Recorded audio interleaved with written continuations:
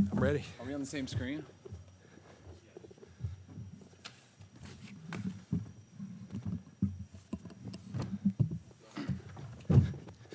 We're good? Okay. Hey, everybody. How you doing? Well, exciting times here for us. I think for everybody throughout the league. I wanted to start out with something near and dear to our hearts and to our organization's hearts.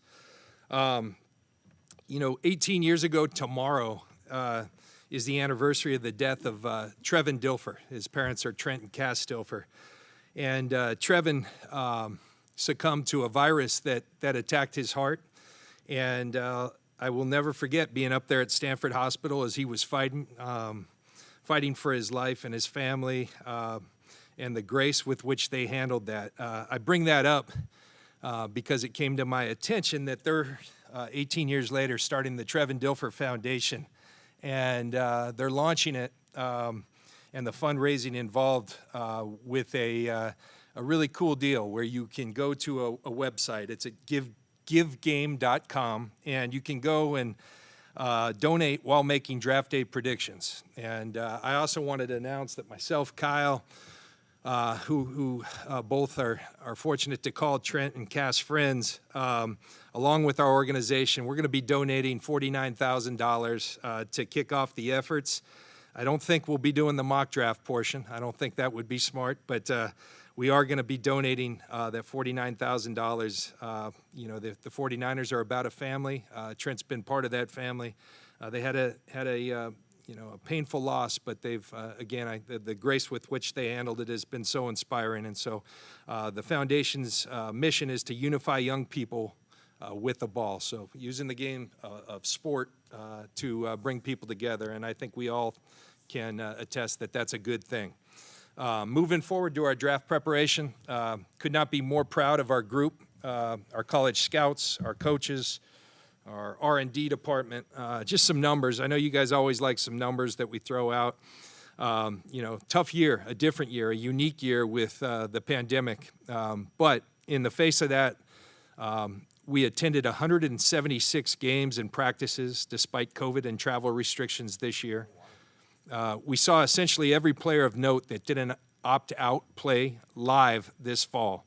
We took part in nearly 400 Zoom calls with schools, made countless calls and texts to gather background information, interviewed nearly 600 players in person, by phone, or by Zoom. That's a collective effort of myself and Kyle, to scouts, to coaches doing those. We covered 128 separate pro days. On our board, I think you guys always find it interesting. We have roughly 160 draftable players. Those are our grades. Everybody's got their own.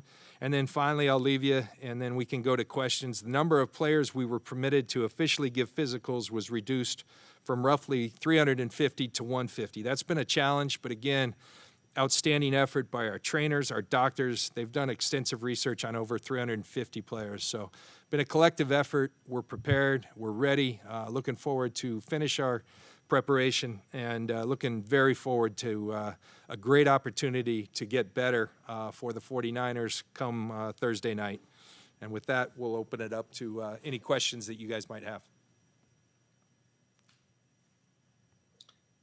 John and Kyle, you guys are going to take a quarterback with the number 3 pick that may be a really popular choice with the fan base, may not be a popular choice. Do you guys pay attention to the pulse of the fans? Thanks. And when you think about a rookie coming in with already a lot of pressure, does that play any part in this of added pressure that a young quarterback could face based on the popularity of the fan base? Yeah, man. We love our fans. We think we have the greatest fans, the faithful. They're incredible. Whether we're here, whether on the road, and I think they're very intelligent fan base as well. They understand football. They have great expectations, high expectations of championship teams, and so do we. And so that inspires us. I think our job is to make the right decision. We've been charged with making the right decision for this football club, and that's what Kyle and I always set out to do, is do our best. We include a lot of people. I think we have an incredible thorough, and I know this process has been as thorough as anyone I've ever been a part of. We've elicited, so many different of opinions of, scouts, coaches, college coaches, quarterback coaches, parents, family members, you name it. We've done various testing, with any. That's been a challenge this year, but have been able to send iPads so they can do testing on different things. So it's been an incredibly thorough process, but ultimately, someone's got to be charged with making a decision, and in this case, it's the both of us. I will say that I think a lot of people are always curious, and it's something that Kyle and I set out to do, and I think it's why this thing, for us has worked so well, is that when everyone has, in your contract, you do this. The draft is mine, but I told Kyle from the beginning that he and I are doing this together, and when it comes to quarterbacks, I'd be foolish, I believe. We have a head coach who's also our offensive play caller. I will always defer to him. And, what's cool about that is that Kyle, I think, respects my opinion enough. He always wants it. And ultimately, we arrive at decisions. We will. And come Thursday, we'll have a pick that hopefully makes everyone proud, but that will be judged in years to come. And we've done our best to make sure that it's a great decision for this franchise. It's that's just part of life. Your question about fans' perception and what they want with your choice and everything, and that's what we sign up for. That's the NFL, and I'm glad you have that. That's why we have the most popular sport, to me, in the world, or definitely in our country, and I think it helps us all out a lot. Now, it does put pressure on people, but there's no more pressure to me on any position in sports than an NFL quarterback. So whether you get it right away or you get it later, it doesn't matter. It's coming. I would love to make everyone happy. Everyone wants to do that. That's why I've been in this league long enough that you do have to block that stuff out. You can't make decisions based off of that, and it's a lot. I think it used to be a lot easier because you didn't have to carry phones with you or anything. So you got to get very good at not checking that stuff. But I do go to restaurants. I do go to my kids' soccer games. Every single person, whether it's a ref, an umpire, another parent, everyone has a strong opinion. And then most people let me know. Every one of my friends, trust me, most of them are just texting my wife now because they know they don't get a response back. But that's a part of life. And, what I'm proud of what we've done is we could have sat there at 12 and waited to see which one came to us.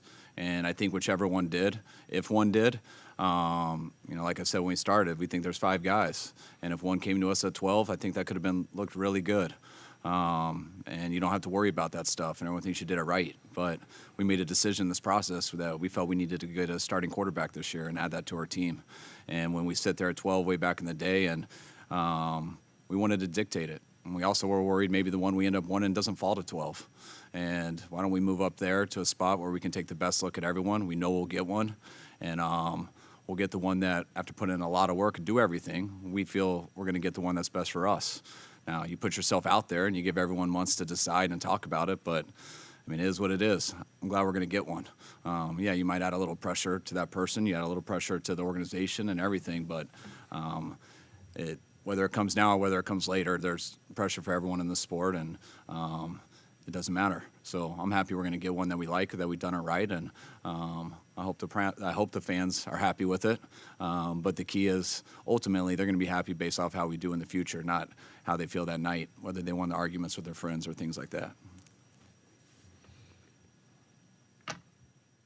If the draft begins like everybody thinks it will, Lawrence number 1 and Wilson 2, do you guys know who you're going to pick at number 3, A, and B, has that changed over the last month? Has this last month, all your research kind of altered what you were thinking when you made this trade a month ago?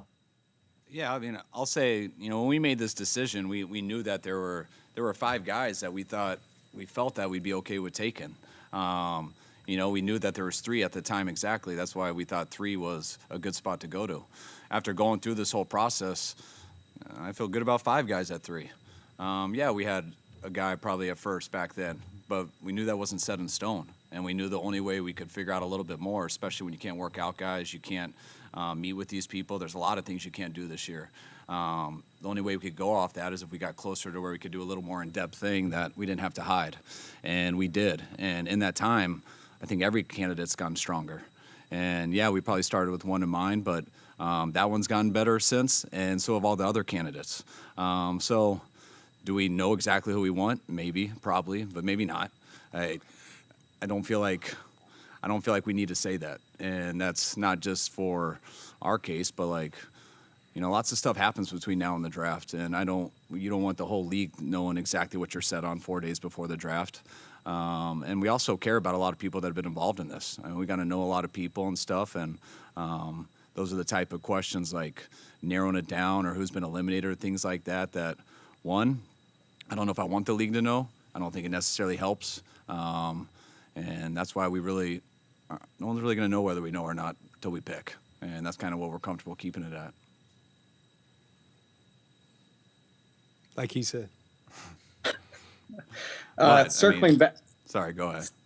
Okay, circling back a little bit to the fan stuff, and judging from social media, and as foolish as that can be, or helpful as that can be, specifically name-wise, Mac Jones is a wildly unpopular pick that a lot of fans have anxiety about. So, can you explain why that should not be the case? Yeah, I think, like I said, there's 5 quarterbacks. Guys, everyone's excited to draft a quarterback. If you would have been excited about one of these guys at 12, then you should be excited at 3. It's about whether you get one. So let us go through the process. We're going to get a good one. Yeah, I wish I could take that anxiety away from people, but that's because people get excited. You should have seen people who were involved in football call me when I was in college and going through the process. And, oh, my God, was I more stressed out than anyone, and I was more mad than anyone when it didn't go the way that I thought it should go. And so I fully understand everyone about that. But, guys, if you would have been excited at 12, be excited about 3. We're going to add a quarterback to our team this year.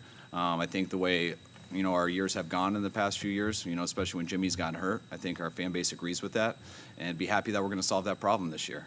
I hope it's the one you want, but we'll see. And basically, whoever you want that day, make that judgment later. Let's see how they help our team out. Yeah, and I would just add, going through this process, it really has been fun. I think it is a special class of quarterbacks. I really do. I think they're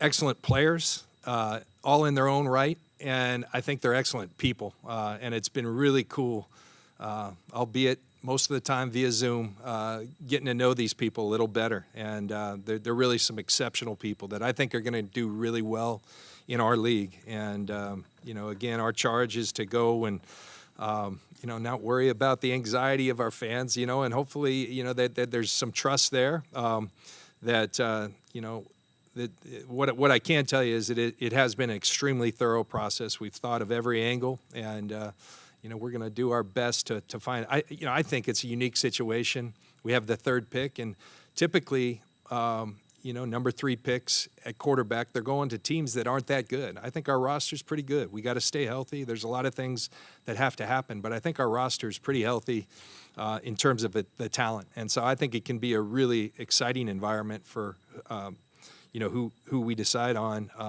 to come in and play when they're ready to play.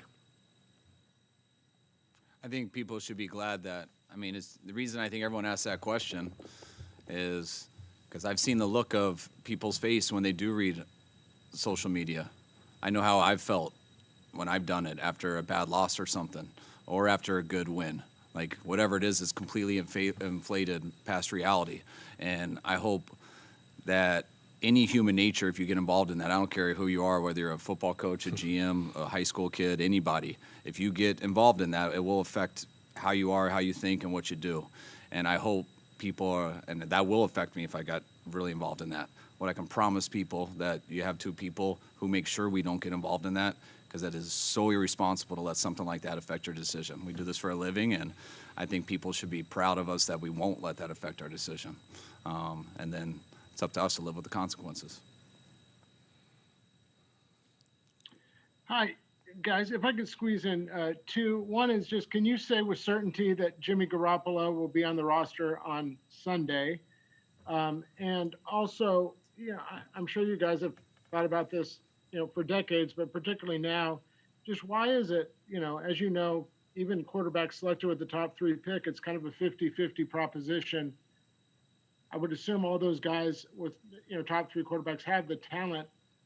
What do you think are the one or two things that prevents, that other 50% from making it in the NFL, intangible wise or otherwise? Thanks. Sorry, those are so long. I forgot your first question. What was it? My first question, I can't guarantee that anybody in the world will be alive Sunday, so I can't guarantee who will be on our roster on Sunday. So that goes for all of us. Second of all, now I've already forgot your second one. What was it? Oh, yeah, why is it 50-50? Yeah. Because this is a very hard position to play. Why are pass rushers 50-50? Why are a lot of people in the top 10, almost everybody 50-50? Because the NFL is a very tough league. And then you add in a quarterback that has so much more to do with being, you got to be so elite in so many different areas to make it at this level. And I promise you there aren't 32 that come out every year. If you look back in drafts, there's anywhere from 1 to 5 and sometimes 0. It's not easy to come into this league. Look at it the same with pass rushers. Look at it at every position. So it's all like this. This is why the draft is tough. But it's the quarterback, pass rushers, those are usually the hardest positions to get. And that's why you do, I think, see people take those chances the most early in the drafts, because if you do want to get one of those type of players, they're a lot harder to find later. And just to expand on that, Eric, I think what I mentioned earlier, typically if a team's picking a quarterback high, they're not a very good team. And, we were picking 12th. Our record wasn't very good. Reasons for that, but that's the reality. I do think we're somewhat uniquely set up to provide a positive environment for a rookie quarterback to come in and like I said, when they're ready, have a good opportunity with a team that we think is going to be pretty good to go play and be put in an environment where they can be successful. And I think oftentimes that's just not the case, and maybe they're rushed to play early, and that can have consequences moving forward. And so we got to do our best at, we're pleased with what we've done this offseason to this point, and we got to continue that with the draft, and it starts with the number 3 pick. John, you mentioned soliciting opinions from all over. I would assume with 3 quarterbacks or 5 quarterbacks, I guess in this case, that opinions kind of are wide ranging. How much disagreement has there been internally on this decision, and how do you guys kind of go through, working through that? Yeah, I don't think there's been a lot of disagreement. There's opinions, there's conviction. That's what we want. If you're going to ask for people's opinion, I think you better listen to it. And, we ask our people to be convicted. We don't group think. We don't say, hey, let's all go in there and make sure we talk good about this guy so of course, and I think it's indicative of the quality of players at that position that there's going to be splits. But I think one thing we've always arrived at is don't run from a situation because you don't have complete everybody just unanimously, I'm with that guy. Let's all try to come to a consensus, and that's everyone's job, okay? Make another tape. Show me why this guy, why do you have that opinion? Challenge thoughts and opinions, and that's what we try to do. And as we mentioned, ultimately, and I think it's worked fairly well for us. We get together, and then we take all of that and we put it into, okay, what are we going to do now? And that's what we're charged to do. And as we said, by Thursday, we'll have that decision, and I think we're going to be very happy with it.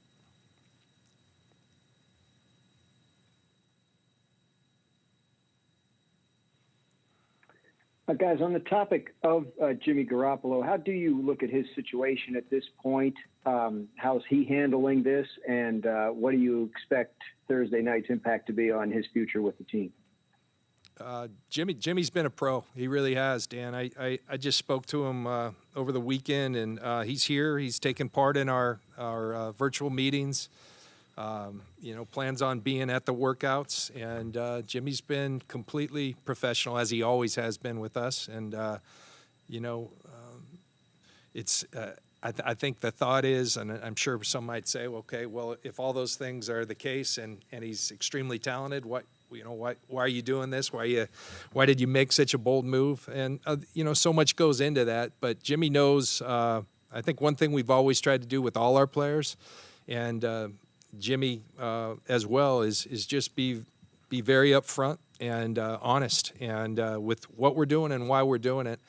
And my experience as a player, when people do that, you can live with that. And Kyle, I don't know if you have anything to add there.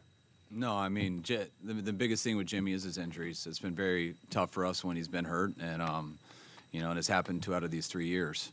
And that's where it starts. And Jimmy knows that. I've been very upfront with him with everything, and we've been Zooming these last 2 weeks. I'm excited to get him in here coming up, especially when this draft's over. But I feel very fortunate taking a rookie quarterback that we do have a guy like Jimmy. We didn't sign a guy who's capable or has the history of being a starter right away. Well, we have a guy who every time he's been a starter, he's played at a high level. So to have that with Jimmy while adding a rookie quarterback gives us a lot of leeway into this. I'm not going to set anything in stone, but I know that's a situation that it would be hard to get rid of. I mean, when you take a rookie quarterback and you have a veteran like Jimmy, who we know we can win with, just to move on from that is something that it's not easy to do. That is a good situation for us, and I think that's something that will be important to us this year. Well, I'm not trying to be too specific here, but I guess I will be. What do you like about Mac Jones? I like that him, along with 4 other guys, I think is capable of being our starting NFL quarterback and capable of winning with. I think there's 5 guys there. That's been the biggest thing with all of this. Once you make an organizational decision that we need to get a starting quarterback, you look into all the options of how to get them. And you watch the ones in the NFL that you thought you had an option with, and then you look into the college and where you think you can to get them. I wanted to get into a spot where I knew we'd for sure get one, and hopefully, knowing the first 2 that are going, we could end up getting our favorite one. And I don't believe that would have been at 12. So we made a move way back in the day to make a decision. We're getting to a spot to get a starting NFL quarterback. I feel somewhat bad for whoever we end up taking that all this, you trade 3 ones, which I don't get how people think that, but you traded 3 ones and you did all this stuff to make the biggest move in the history of the organization. And that's a little dramatic to me. I've watched 2 teams the last couple years make awesome moves and trade 2 ones for a starting Pro Bowl strong safety. I've seen a team trade 2 ones for a starting Pro Bowl corner, and I think those decisions were awesome for their teams, and I hate playing against them because of it. And we decided we needed a starting quarterback, so we traded 2 ones to get a starting quarterback. Hopefully we end up picking the best one, but I know we're going to get a starting quarterback with that, and that's a smart move to me. And not necessarily a smart move, it's the move that you have to do, and that's how much it costs to do these type of things. Or you just sit there and wait and keep your fingers crossed and hope things work out. And that's something that we didn't want to do this year. We don't want to risk waiting on injuries and waiting on luck.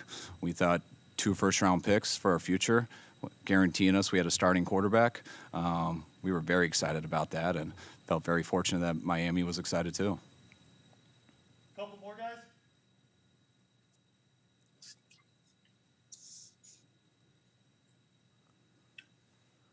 Hey guys, just a quick question about Thursday. I know, John, you've made reference to a lot of the players that you've done the evaluations on.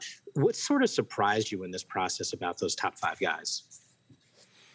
Well, I think we probably learned this last year, Mike, is just, I think we're getting better with technology at being able to do really cool things. And yes, there's some unique challenges with not being able to get in person, with not being able to have a pro day where you get your hands on people, but you can get stuff done. And I started with some numbers from our college staff. I mean, it's just extraordinary what they did. We made sure that they felt safe.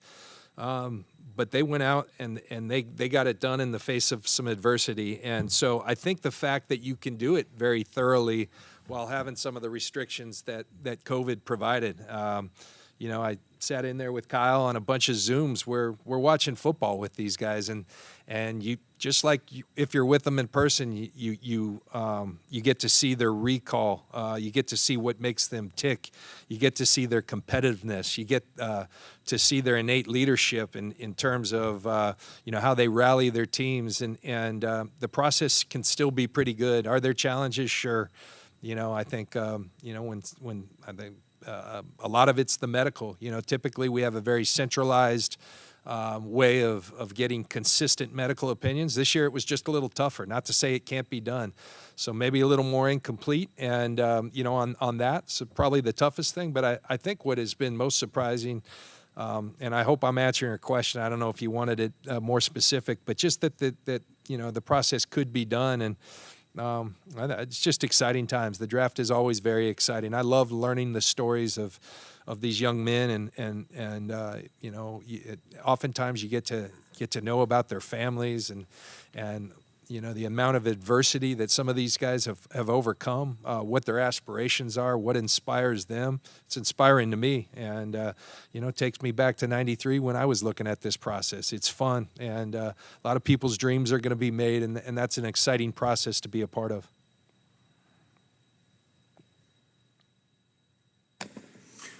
John, are you going to pick up Mike McGlinchey's 5th-year option? I believe the deadline's next week. We are, yeah. We've talked with Mike's representative, and we are going to pick up that 5th-year option. Don't know exactly. I've been focused on the draft, but have let them know that our intention is to pick that 5th-year option up.